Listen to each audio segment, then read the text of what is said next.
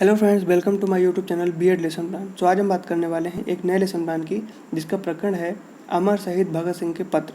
यह lesson plan कक्षा 6 की हिंदी की पाठ्य पुस्तक मंजरी से लिया गया है।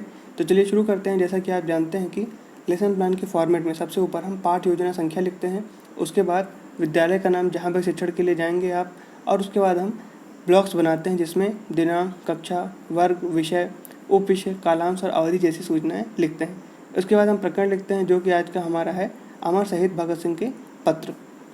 इसके बाद हम सामान्य उद्देश्य लिखते हैं। तो यहाँ पर पूर्वत लिखा हुआ है। जैसा कि आप जानते होंगे कि सामान्य उद्देश्य हम प्रारंभ के ही 5 लेसन प्लान तक लिखते हैं, उसके बाद पूर्व लिखना प्रारंभ कर देते हैं। तो चलिए एक बार हम देख लेते हैं क्या होते हैं सामान्य उद्देश्य। पहला है छात्रों में हिंदी भाषा की विभिन्न विधाओं के ज्ञान में वृद्धि करना। दूसरा है छात्रों में लय तथा भाव के अनुसार काव्य पाठ करने की योग्यता का विकास करना। तीसरा है छात्रों में भावों को ग्रहण करने तथा उनकी अपने शब्दों में व्याख्या करने की क्षमता का विकास करना। चौथा है छात्रों में काव्य सौंदर्य परखने की क्षमता विकसित करना। पांचवा है छात्रों में रस व भावों को अनुभव करने की क्षमता का विकास करना। छठा है छात्रों में कविता के प्रति रुचि उत्पन्न करना। तो ये हो जाएंगे हमारे सामान्य उद्देश्य। अब हम बात करेंगे विशिष्ट उद्देश्यों की। तो विशिष्ट उद्देश्य में सबसे पहला है ज्ञानात्मक। इसमें लिखेंगे कि छात्रों में अमर शहीद भगत सिंह के पत्र नामक पाठ का ज्ञान हो सकेगा। दूसरा है अवबोधात्मक। तो इसमें लिखेंगे कि पाठ को सुनकर तथा पढ़कर अर्थ ग्रहण करने की योग्यता का विकास हो सकेगा। तीसरा है कौशलात्मक। तो इसमें लिखेंगे कि छात्रों में वाचन कौशल, अभिव्यक्ति का जीवन के अन्य क्षेत्रों में उपयोग कर सकेंगे। अभिरुचात्मक में लिखेंगे कि छात्र पाठ में आए विभिन्न तत्वों में रुचि ले सकेंगे। और पांचवा है अभिवृत्त्यात्मक। तो इसमें लिखेंगे कि छात्रों में देशभक्ति, त्याग भावना और स्वदेश के लिए सर्वस्व अर्पित करने की दृढ़ कामना का विकास हो सकेगा। सहायक सामग्री में हम चौक, डस्टर और लपेट श्यामपट्ट पर जो शब्दार्थ हैं उनको लिखेंगे। तो यही इसमें लिखेंगे। शिक्षण विधि में लिखेंगे प्रश्नोत्तर विधि, व्याख्यान विधि एवं वाचन विधि। पूर्व ज्ञान में लिखेंगे कि छात्र कुछ क्रांतिकारियों के नामों से परिचित हैं तथा देश की आज़ादी यानी कि स्वतंत्रता के बारे में सामान्य जानकारी रखते हैं। अब हम अगली हेडिंग देंगे प्रस्तावना की। तो इसमें लिखेंगे, कॉलम बनाएंगे 2 प्रश्न और उत्तर के। पहला है कि बच्चों, हमारा देश अंग्रेजों की गुलामी से कब आज़ाद हुआ? तो उत्तर में लिखेंगे कि 15 अगस्त 1947 को। फिर दूसरा है कि देश की आज़ादी दिलाने वाले कुछ क्रांतिकारियों के नाम बताइए। तो उत्तर में लिखेंगे चंद्रशेखर आज़ाद, भगत सिंह, सुभाष चंद्र बोस, बटुकेश्वर दत्त आदि। तीसरा है कि भगत सिंह के द्वारा लिखे गए पत्रों के बारे में आप क्या जानते हैं?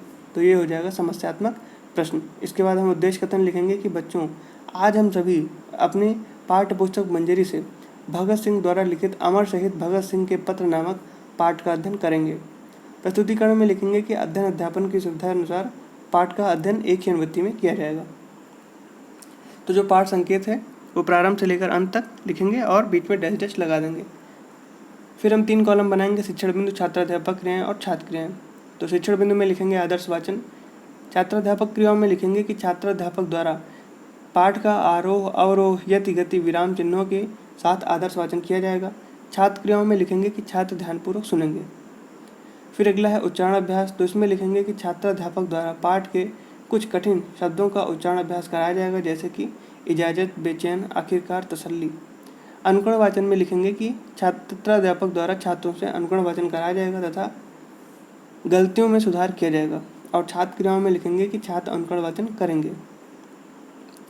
फिर हम हेडिंग देंगे विस्तृत व्याख्या की। तो इसमें हम शब्द, अर्थ, युक्ति और प्रयोग 4 कॉलम बनाएंगे। सबसे पहले लिखेंगे शब्द। तो इसमें लिखेंगे जिंदगी। जिंदगी का अर्थ होता है जीवन, विलोम हो जाएगा मौत या मृत्यु। फिर दूसरा शब्द है ऐलान। ऐलान का अर्थ होता है घोषणा, पर्यायवाची हो जाएगा सूचित करना। तीसरा है ताबेदार यानी कि आज्ञाकारी, पर्यायवाची हो जाएगा आज्ञा का पालन करने वाला। फिर चौथा शब्द है हालात यानी कि स्थिति या परिस्थिति, और इसका पर्यायवाची हो जाएगा समय। फिर हेडिंग देंगे हम लेखन एवं निरीक्षण कार्य की। तो इसमें लिखेंगे कि छात्राध्यापक द्वारा छात्रों को श्यामपट्ट पर लिखे शब्दों को अपनी कॉपी पर लिखने का निर्देश देकर कक्षा में घूम घूम कर निरीक्षण कार्य करेंगे। फिर हेडिंग देंगे हम बोध प्रश्न की। तो इसमें हम 2 कॉलम बनाते हैं, पहले में प्रश्न, दूसरे में उत्तर। पहला प्रश्न लिखेंगे कि भगत सिंह पत्र कहाँ से लिखकर भेजते थे? तो उत्तर में लिखेंगे कि सेंट्रल जेल लाहौर से। दूसरा है कि जेल में माँ से भेंट न होने पर भगत सिंह से पत्र किसे लिखा? तो उत्तर में लिखेंगे कि अपने भाई कुलबीर सिंह को। तीसरा है कि जेल में माँ से भेंट न हो पाने के कारण माँ की क्या प्रतिक्रिया थी? तो भगत सिंह की माँ रो रही थी या विलाप कर रही थी।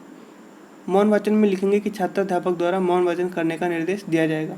विचार विश्लेषण में हम 2 कॉलम बनाएंगे प्रश्न और उत्तर के। पहला प्रश्न लिखेंगे कि भगत सिंह किस प्रकार के व्यक्ति थे? तो उत्तर में लिखेंगे कि वीर बहादुर, देशभक्त व जुनूनी देशभक्त के लिए। फिर दूसरा है कि यदि आप भगत सिंह की जगह होते तो क्या करते? तो उत्तर में लिखेंगे कि वही जो भगत सिंह ने किया, देश प्रेम और बलिदान। अब हम हेडिंग देंगे मूल्यांकन प्रश्न की। तो प्रश्न और उत्तर 2 कॉलम बनाएंगे। पहला है कि भगत सिंह ने बलिदान से एक दिन पहले किसे पत्र लिखा? तो उत्तर में लिखेंगे कि कैदी साथियों को, जो उनके साथ क्रांतिकारी साथी थे। फिर दूसरा है कि यह पत्र भगत सिंह का कौन सा पत्र था? तो जाहिर सी बात है, जब फांसी से एक दिन पहले लिखा तो वो अंतिम पत्र ही था। तीसरा है कि भगत सिंह ने अपने अंतिम पत्र में क्या कहा?